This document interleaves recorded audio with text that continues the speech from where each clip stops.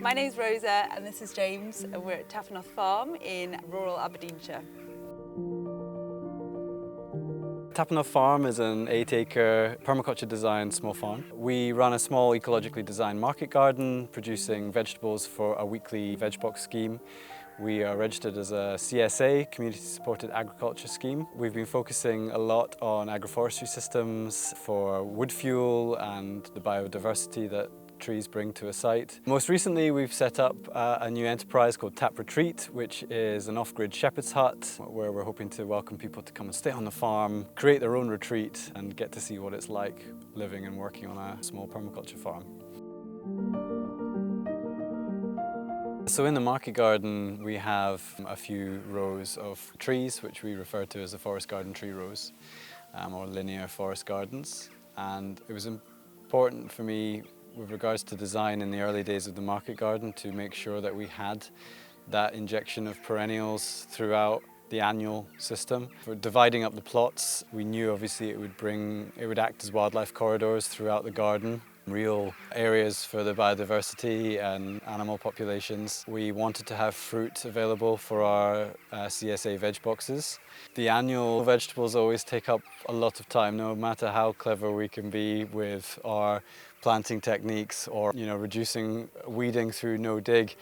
Annual vegetable production is a lot of work, and we wanted to put some systems into place in that garden that over time will manage themselves to an extent. Another positive aspect of integrating trees into the annual market garden was to create a beneficial microclimate. We've got some very strong winds. We're on a sloping site here, 270 metres above sea level on the side of a hill. So it was very important to be able to put some windbreaks into place because we know the vegetables need that wind protection.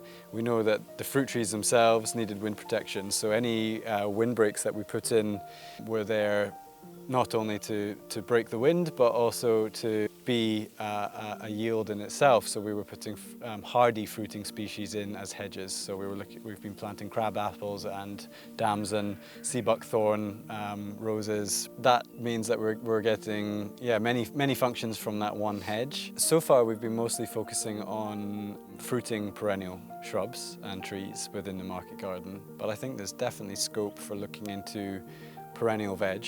With perennial vegetables, there's quite a nice complement if you've got a combination between annual and perennial.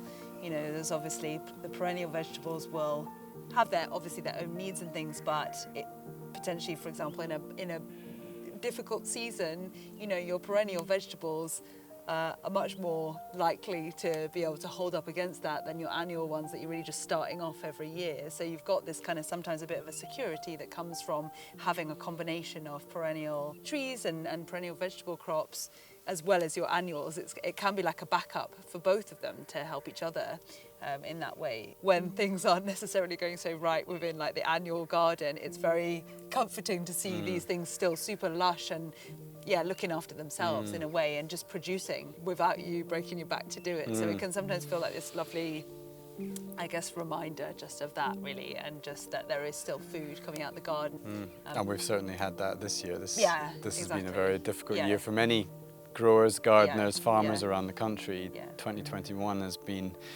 a challenging year, and even for the fruit trees, looking at them, there's not as many apples or plums on the trees, but they are still growing strong. Would really like to think about even now we've got these quite well established tree rows, although we've got new ones that we're wanting to establish as well, really bordering all of the plots in the market garden.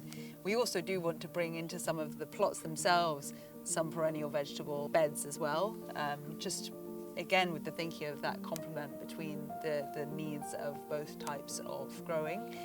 So we're excited about that next stage and seeing how that might integrate with a CSA box as well.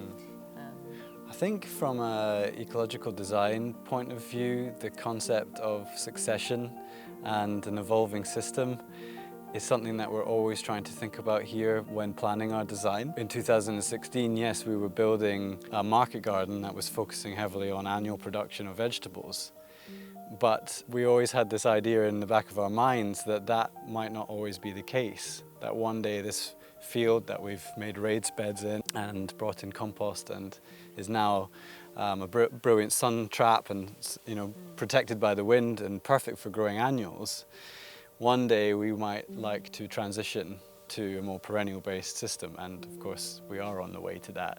And you've got to have that idea in your head years back when you get a piece of land and look at nature as a model and see how a field will turn into a forest in our climate, certainly, given time and given the right climate. And that's how we've been designing this place, is that we're looking currently, we have a market garden, but by putting in those rows of perennials, we know that if we want to, we can fill in the vegetable plots with more perennials if we want to accelerate succession and speed up the process to a forest-based agriculture. It's a great feeling when we get people who come on a tour, especially if they've maybe got their own projects, whether that's a bit of a pipe dream, whether they've actually got themselves a bit of land. What's really great is giving them some examples and the inspiration to go back to their own projects. Yeah, whether that's a back garden or a croft, a large farm, and take something away from what we've been doing here, our mistakes. Yeah, I was going to say, the learning from our mistakes, because we try loads of different things and some don't go so well, but that's really valuable to try and pass that on just as much as the stuff that does go well, you know. So that's been really nice, and that's been something that's in recent, like the past couple of years, there do seem to be more and more quite local people cropping up, you know, that suddenly have found us, and it's very nice to realise that I think we've inspired them to make a little bit of a new direction and try out a new way of living. There was a couple that found us just earlier this year, and they ended up coming on a tour, and they really had just discovered us almost by accident, but that took them on a journey. They went from reasonably unassociated jobs, as it was, to actually deciding to start a market garden and trying to learn a bit more about living off the land. And it was just lovely to see the kind of joy in this like discovery of something, and just suddenly all these little fireworks going off in their head as they walked around and saw this way of living that with their young family and things that they really saw as a kind of potential way of life. We want to be part of the permaculture movement in the UK. It's something that we're very passionate about, and so it's nice to be part of the solution. Recently, as people just saying like, oh, I've just felt now I have that confidence to take that step because we've had a chat about something, or they've come here and seen that, you know, certain things that they might have not felt too confident to really like jump into seem a little bit more possible, which is just all you can ask for, to like try and just start like push people a little bit, and then yeah, they start that journey.